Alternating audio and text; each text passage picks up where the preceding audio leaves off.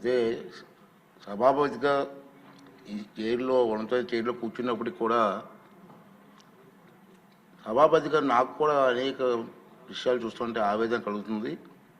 ఎన్ని విషయాలు చెప్పాలనేటువంటి విషయం అనుకుంటున్నాను నేను. మనం చూస్తున్నాం రోజు టీవీలో కానీ సోషల్ మీడియాలో కానీ వాళ్ళు ప్రెస్ మీట్లో కానీ ఆ మాట్లాడే తీరు ఏమిటండి అర్థం కాదు.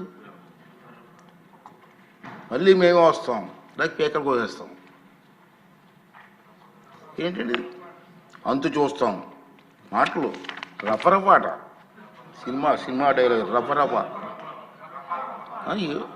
ఏంటి నాకు అర్థం కావట్లేదు. ఒక రాజకీయ పార్టీ ప్రజాస్వామ్యం మీద గౌరవం ఉన్న వాళ్ళు ఎవరు కూడా ఈ విధంగా మాట్లాడరండి. ఉంటే రాజకీయాల్లో రామారావు గారి దగ్గర నుంచి రాజకీయాల్లో ఉన్నాం.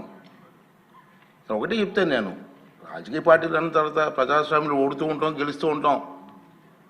మహానుభావుడు ఎన్టీ రామారావు గారే ఒక టైంలో ఓడిపోయాం అందరు పార్టీలు. కానీ ఇప్పుడైనా మాట్లాడి ఇందిరాగాంధీ ఓడిపోలేదండి మహానాయకురాలు. అంటే ఓడిపోతే రఫరఫా ఏంటి నాకు అర్థం. ఇవన్నీ కూడా ప్రజాస్వామ్యం ప్రజలు కూడా ఖండించవలసిన అవసరం ఉందని చెప్పి ఈ వేదిక ద్వారా మనకు చేయాలని నా ఉద్దేశం. మీరు చూశారు ఇవాళ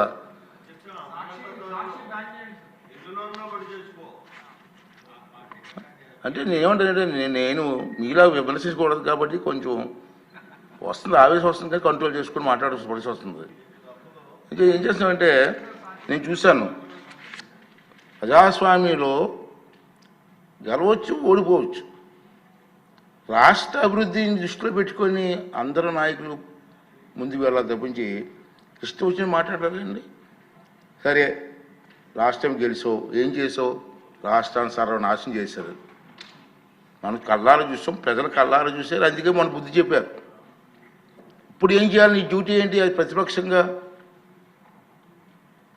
ప్రభుత్వం చేస్తున్న కార్యక్రమాలని మీరు అమలు చేయడం కోసం ప్రయత్నం చేయాలి. అది రాజకీయ నాయకుల లక్షణం. మీ అందరికీ తెలిసిందే కాదు అనలేదు, ప్రజలకు చెప్తున్నాను నేను ఈ వేదిక ద్వారా. ప్రజలకి ప్రభుత్వం ఎక్కడైనా పొరపాట్లు చేస్తే అసెంబ్లీలోకి వచ్చి మాట్లాడు. ప్రజా సమస్యలు అసెంబ్లీ చర్చించు. ప్రభుత్వం రిప్లై ఇస్తుంది. ప్రభుత్వం మీద ఒత్తిడి తీసిరా. మంత్రులు ఉంటారు ఇక్కడ సభలో, ముఖ్యమంత్రి గారు ఉంటారు, ఉప ముఖ్యమంత్రి గారు ఉంటారు, అందరూ సభ్యులు ఉంటారు. మాట్లాడి సభలో పనులు చేయించుకొని కాన్స్టిట్యున్సీకి జవాబు చెప్పు. అరే సభకు రావు, ఆ ఎమ్మెల్యేని రానివ్వు. క్వశ్చన్లు మాత్రం పంపిస్తున్నాడండి రోజును 2 క్వశ్చన్లు. సభకు రానిప్పుడు క్వశ్చన్లు ఎందుకే? ఇద్దరికి అవకాశం పోతుంది కదా. అంచేత నేనేమంటానంటే ఇది ప్రజాస్వామ్యం, ఇది పద్ధతి కాదు. ప్రజలందరూ దీన్ని ఖండించవలసినటువంటి అవసరం ఉందని చెప్పి నేను భావిస్తున్నాను.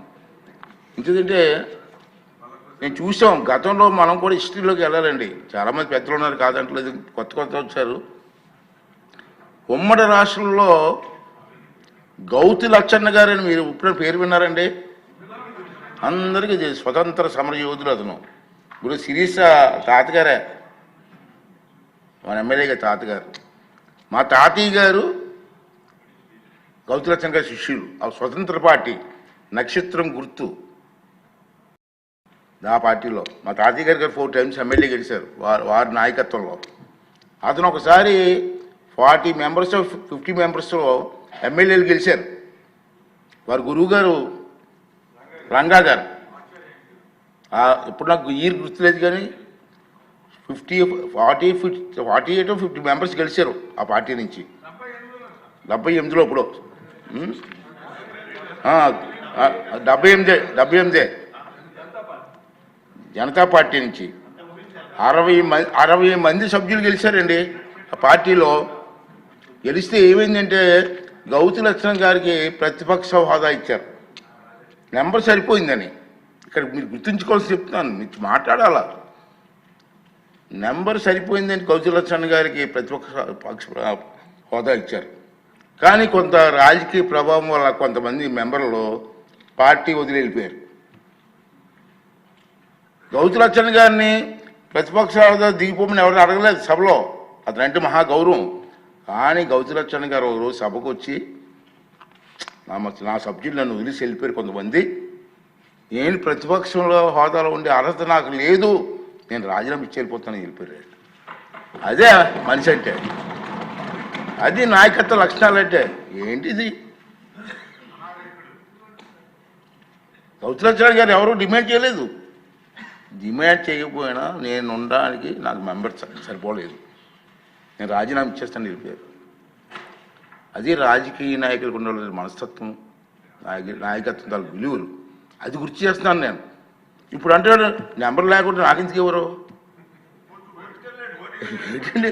ఇప్పుడు నా మీద కోర్టుకు వేసాడు, హైకోర్టు వేసారు, సుప్రీంకోర్టు వేసుకోండి. అలాంటి మనకు ప్రజాస్వామ్యం ఉంది, మనకు నిబంధనలు ఉన్నాయి, రూల్స్ ఉన్నాయి, దాని ప్రకారంగా వెళ్తాను తప్పించి నీకు భయపడి ఎలా చేస్తాను నేను మొన్న చెప్పాను, ఇది ఒక దేవాలయం అయితే దీంట్లో పూజారిరా బాబు, వరాలు ఇవ్వాల్సిన దేవుడు నీకు వరం ఇవ్వలేదు, అందుకే 11 ఇచ్చాడు, పూజారి నేనెక్కడ వరం వస్తాను మొన్న చెప్పాను నేను. అంచేత ఇది నేను ఎక్కువగా మాట్లాడుకోవాలి కాబట్టి కొంచెం నాకు ఎందుకో మాట్లాడనిపించింది ఇవాళ ఏదైనా. అంచేత నేనేమనేది అంటే మీ ద్వారా మీరు కానీ ప్రజలు కానీ కోరేది ఏంటంటే రాష్ట్ర అభివృద్ధి ముఖ్యం, మన పిల్లల భవిష్యత్తు ముఖ్యం.